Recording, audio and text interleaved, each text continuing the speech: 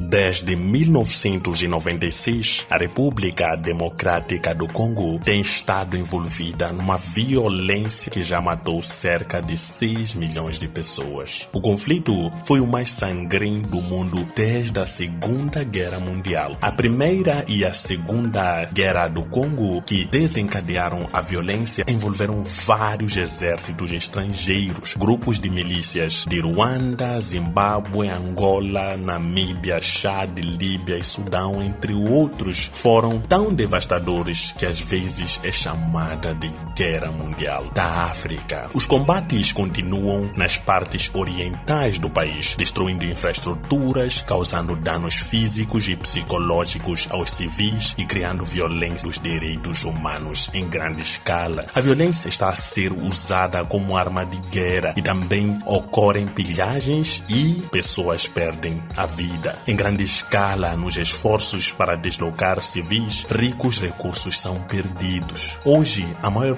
parte dos combates ocorre na região do norte e do sul do Kivu, na fronteira entre a República Democrática do Congo e a Ruanda. Alguns combates são políticos, resultantes da agitação causada pelos refugiados Hutu do Geno de Ruanda de 1994, que vivem agora na República Democrática do Congo, enquanto outros combates resultam de uma procura internacional por recursos naturais. A República Democrática do Congo possui grandes quantidades de ouro, cobre, diamantes e vários minérios de interesse mundial, que muitos partidos desejam controlar por razões monetárias. No entanto, os fundos provenientes da venda destes recursos não chegam ao cidadão comum. Atualmente, os sistemas de educação, saúde e jurídico estão devastados. Hoje, nós vamos conhecer a guerra que ninguém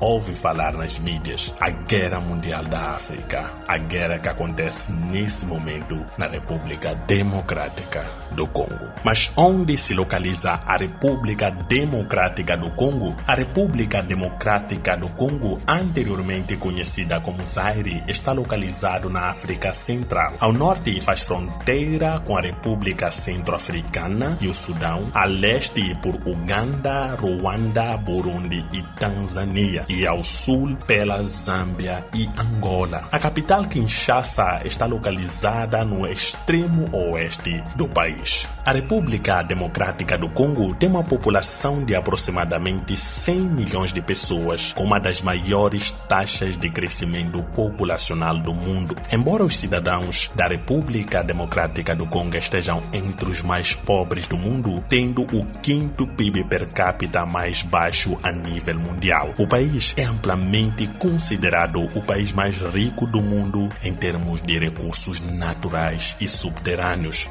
com depósitos inexplorados de minérios brutos estimados em cerca de 24 trilhões de dólares. Mas isso causa um conflito sem precedentes até hoje. Afinal, quando é que tudo isso começa? A violência na República Democrática do Congo está intimamente relacionada com o genocídio que ocorreu no Ruanda em 1994. Neste acontecimento, os grupos de militantes Hutus de linha dura massacraram os Tutsis étnicos e os Hutus politicamente moderados. Na Frente Patriótica Ruandesa, uma milícia liderada pelos Tutsis derrotou o movimento Hutu e chegou ao poder em julho de 1994. Imediatamente após a tomada do poder da Frente Patriótica Ruandesa, quase 2 milhões de Hutus fugiram para os países vizinhos para evitar uma potencial retaliação dos Tutsis. Os campos de refugiados dos Hutus na fronteira entre a Ruanda e o Zaire, atualmente República Democrática do Congo, tornaram-se uma espécie de bases militares e deram aos extremistas acesso fácil para invadir e executar ataques terroristas no Ruanda durante 2 anos. Em 1996, exércitos conjuntos de Uganda e Ruanda, liderados por Laurent Kabila, invadiram o leste do Congo, iniciando assim a Primeira Guerra do Congo. Esta terminou terminou em maio de 1997, quando o ditador-presidente César Seco Maputo foi deposto pelo exército de Kabila. Mas é aí onde começou a pior parte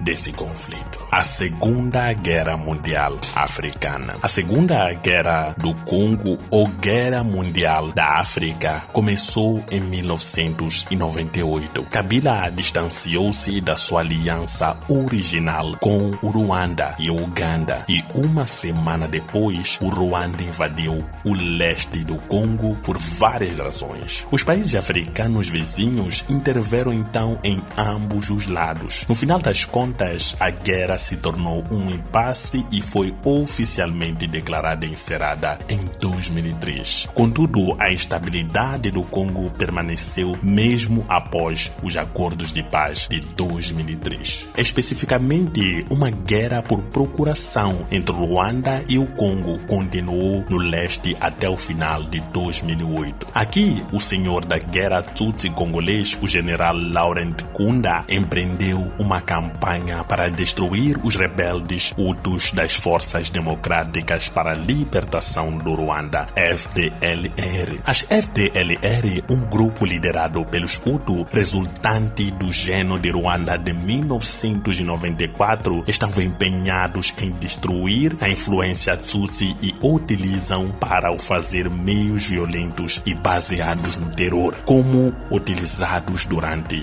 aquele tempo. Nkunda acusou o governo congolês de apoiar as FDLR. Uma mudança no conflito ocorreu no final de 2008, quando o Ruanda e a República Democrática do Congo uniram forças para combater as FDLR nas províncias do Kivu do Norte e do Sul. Mas o amargo conflito continuou inabalável e as tropas do governo congolês, apoiadas por milhares de forças de manutenção de paz da ONU, não conseguiram derrotar os rebeldes da FDLR. As tensões continuam elevadas na fronteira com o Ruanda, onde os Tutsis do Ruanda continuam a sentir-se ameaçados pelos rebeldes Hutus, dado que a maioria das forças no conflito do RDC eram milícias não governamentais. Tem-se revelado difíceis desarmá-las ou controlá-las desde que os cessar-fogos foram assinados. O conflito continua sobre os abundantes recursos naturais da República Democrática do Congo.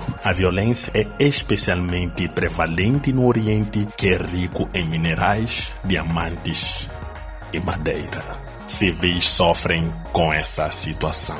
Em 2022, apesar da normalização oficial das relações diplomáticas, aumentaram as tensões entre a República Democrática do Congo e o Ruanda. O grupo rebelde M23 ressurgiu após 5 anos de inatividade e começou a intensificar os ataques contra as tropas congolesas. O grupo conquistou um território significativo ao longo das fronteiras do Ruanda e do Uganda. Kinshasa acusou a Ruanda de financiar e apoiar o ressurgimento do M23, uma reivindicação apoiada pela União Africana e pelos Estados Unidos. Em resposta, o Ruanda acusou Kinshasa de ajudar mais uma vez as milícias extremistas Hutu e aumentou a sua presença militar dentro do Congo. O Ruanda e a República Democrática do Congo estão em situação de guerra desde o final de 2022. O Ruanda e o Uganda e as milícias, com o seu apoio, têm participações financeiras nas minas congolesas, embora nem sempre sejam legítimas, colocando mais lenha na fogueira. Além disso, a China está envolvida tanto no conflito interno como no panorama econômico da República Democrática do Congo. O governo congolês está a empregar drones e armamentos chineses na sua batalha contra os rebeldes do M23. O Uganda também comprou armas chinesas para levar a cabo operações militares